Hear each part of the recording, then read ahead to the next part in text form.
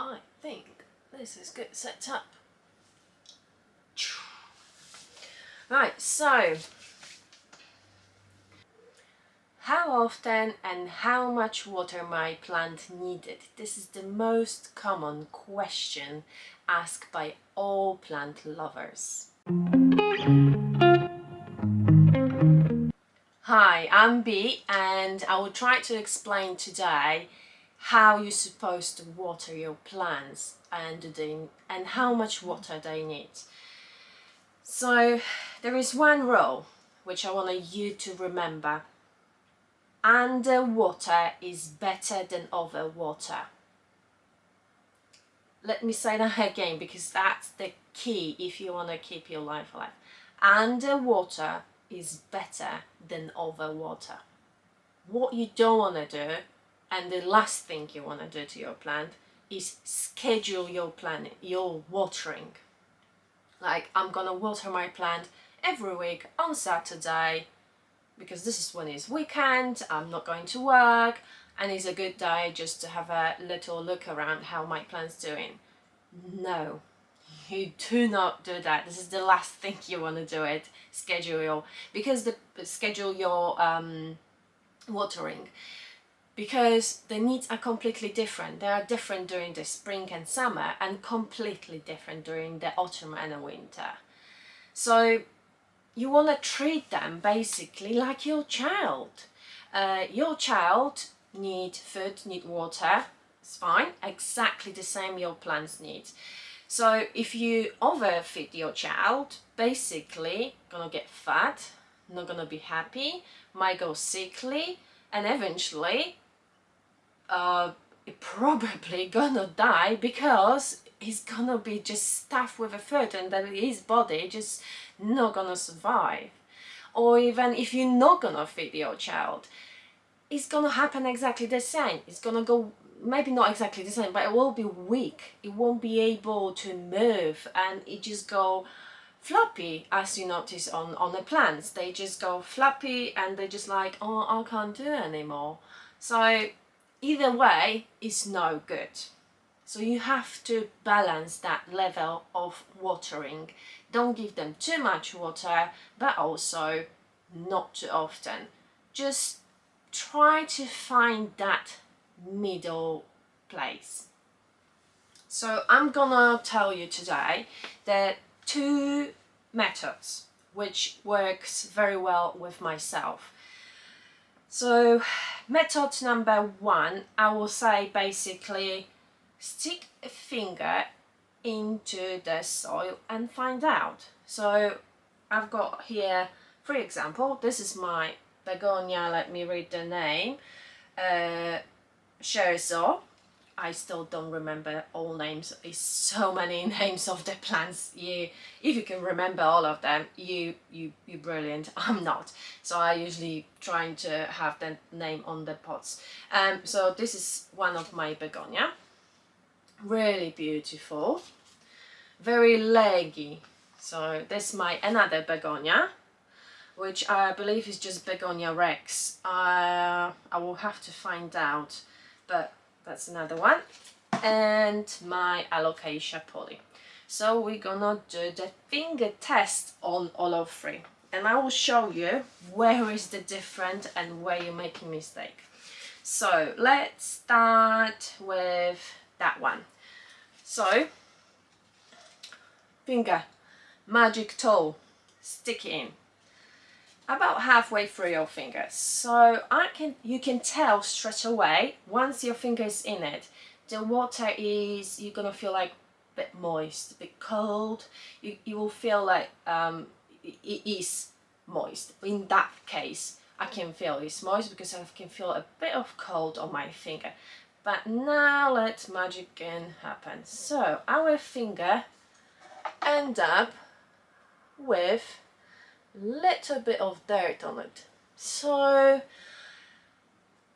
I would give, in that case, or I will give a little bit of water, not a lot, or just leave it for another 2-3 days. With begonias, or you can tell they definitely need some water because they're gonna go sad and the leaves just gonna start dropping. So if you start seeing it, that's the time when you need to water your plant. So in that case, it's dirty, but it's like dusty dirty. The soil is not clammy, so I will definitely wouldn't water as yet. I will give probably another couple days. So let's go to allocation. So I'm sticking the finger in, and I'm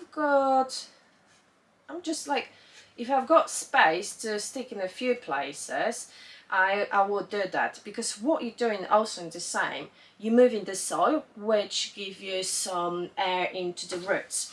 So that's quite handy. So is this, I've got feeling, I do feel exactly about the same like with the previous one. There is still, it is a bit moisty, but it's not very wet. And when you take out your finger, that one got a bit more, hopefully you can see it. Let me cover my face just to make sure it focus exactly on the finger. So yeah, this is how my finger look. So it's the same situation, exactly the same situation. I wouldn't water. I will give her easily another 2 days. And let me wipe my finger first so you can actually see it. So I've got clean finger, and we've got that begonia. Let me stick it here. Oh yeah, so when I stick my finger in it, I can see, I can feel it already. It's more moist than the other 2 plants. So let me take it out, and that's the proof for you that this plant definitely do not need watering, because your finger is absolutely covered with moist and a soil. So that's your key. If you like this method, click like below and subscribe, because I'm gonna have more videos like that for you. So you can tell this begonia definitely do not need watering for about at least a week. Method number 2. If you're willing to spend a bit of money, not a lot, we're talking about £8–10, maybe 12, depends where and which shop. You can buy online, or you can just buy probably in one of the garden centers and the plant shops. So basically what you're going to buy yourself a moisture meter, which mine is very simple, because in measure you've got just one stick which measures just moisture, but you can buy so many different types. They've got also light measure, they've got sort of different stuff, I can't remember now. So what you can see, it does tell you, depends of the color and the arrow, it will tell you is the soil in your pot is dry, wet or moist. So we did the finger check, and I already told you, and let's see if that's gonna give you exactly the same. So let's start with begonia. So basically all you're doing, you want to put that in about 2 places in your pot. Oh, that came out through. Yeah, you want to make sure it do not come out all the way through, just stay. So it's saying number 3. So as I said, it's a bit moist, but it doesn't need watering yet. So that's a good one. So give her another 2 days. Allocation, let's check that. So stick it in, not all the way through, but literally you want to stick about till the end of the pot. You will feel like, oh, it's normal. So that is showing exactly the same. You can see the red arrow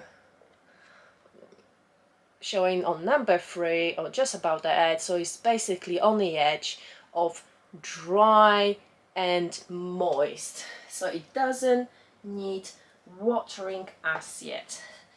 and our very moist begonia. Let's have a look. Let's stick that in, not all. A bit came out. So clearly it's moist, it's in a green zone, which we want our plants to stay in this zone. So perfect, doesn't need motion. This tool, it cost, as I said previously, it cost literally £10, around £10, and you can get everywhere.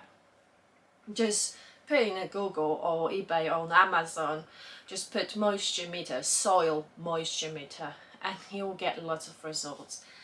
That helped me to understand plants a lot and keep them alive, basically, because that is our goal. Let me also highlight one thing, that different plants got different requirements.